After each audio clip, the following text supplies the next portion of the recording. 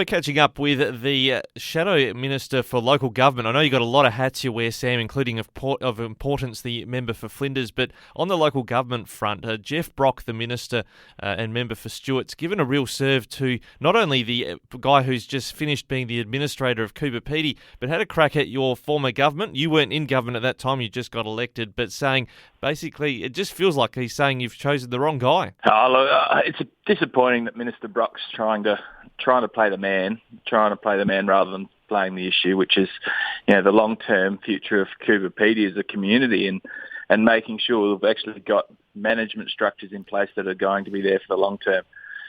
It's interesting that Minister Brock's selective with his memory. We remember that he was actually the local government minister for 4 years previous to the previous term, and for those 4 years, unfortunately, Coober Pedy languished and was embroiled in infighting and trouble within the council. And I know that when the former Minister Knoll, came in and saw that, look, this is an unworkable solution for the council, for the community at the moment, he put an administrator in. And, that's a big decision to make, to put a council into administration, but he recognised that it had got to a point where there needs to be something done differently.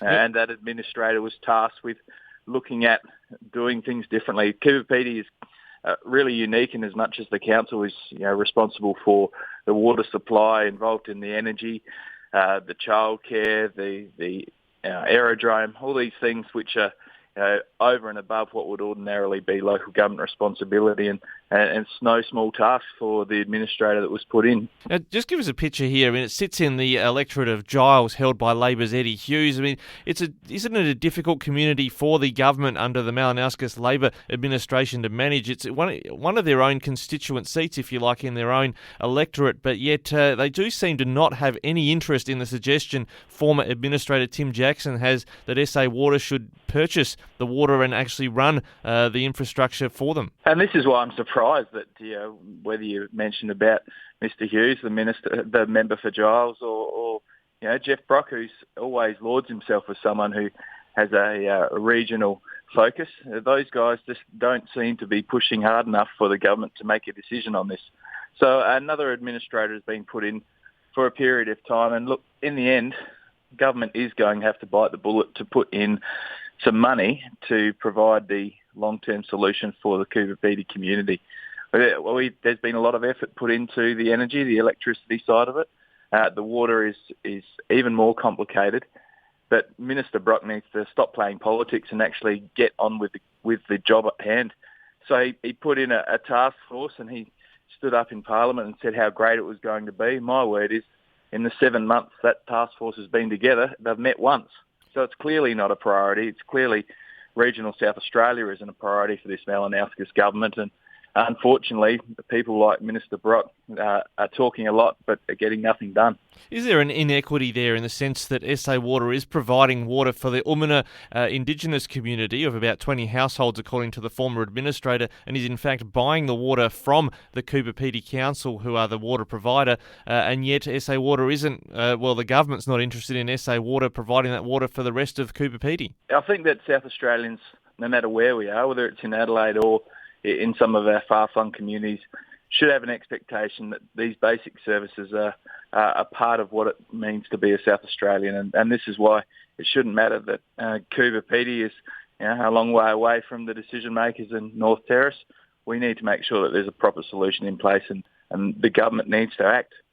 Well, you're all too familiar with being a long way from Adelaide. I know you're down there for State Parliament at the moment, but over in the electorate of Flinders, the hot topic, among many others, has been the provision of a desalinated water for water security on the Eyre Peninsula. We got a statement from SA Water. They do seem to be singing from the same hymn sheet, whether they're advising the minister or the minister's telling them what to say, in the sense that they are having to wait, it seems, for federal funding. Yeah, it's an interesting one because really, once again, this is a responsibility of the government who's in charge of South Australia. And there's been a process which has been followed by SA Water under the instruction of the previous Minister Spears at the time, who, that the previous government budgeted $99 million to try and get this project off the ground. And SA Water came back with a recommendation to build a desal plant within the Boston Bay area of Port Lincoln. Now, anyone who is from the Eyre Peninsula or even visited would know that Boston Bay area is a beautiful, calm, secluded, and quite contained area, and that's why the local community said, hang on, we don't think that a desal plant within Boston Bay is the right idea. And in recognition of that, Minister Spear said, okay, let's put together a group of community leaders, industry leaders and local government to actually find the best spot for the community and get a solution for this ever-increasing challenge, which the experts tell us that the Yulee Basin, where the current water has come from, the Yulee South Basin, that's going to be running out within the next few years and going to be put under significant pressure. So the decision has to be made soon. SA Water have to actually get to a point where they can start construction on this, and Minister Close has got to put forward the best interests of the Eyre Peninsula and budget some money to get this project over the line. And unfortunately, you make the point about going to the feds. If only it's actually the government that was going to the federal government. You think the state and federal government, both Labor governments, maybe they'd be working together. No, Susan Close has asked the members of the committee, the locals, to actually go over to Canberra, including the chair, Peter Treloar, to go over and lobby themselves for the money for SA Water, for SA government projects. Oh, that's phenomenal. In fact, we're going to go chase up as the May federal budget's being drawn up, but of course a state budget will be getting put together at the moment as well. We'll just find out whether any representation has been received from the state government by Jim Chalmers as he pens his essays about the future of our economy. Sam Telfer, thanks so much for joining us today on those two topics. I know a lot of time you need to spend in state parliament and a lot of other topics we'll cover later with you here on Flow. Yeah, thank you. Always good to talk.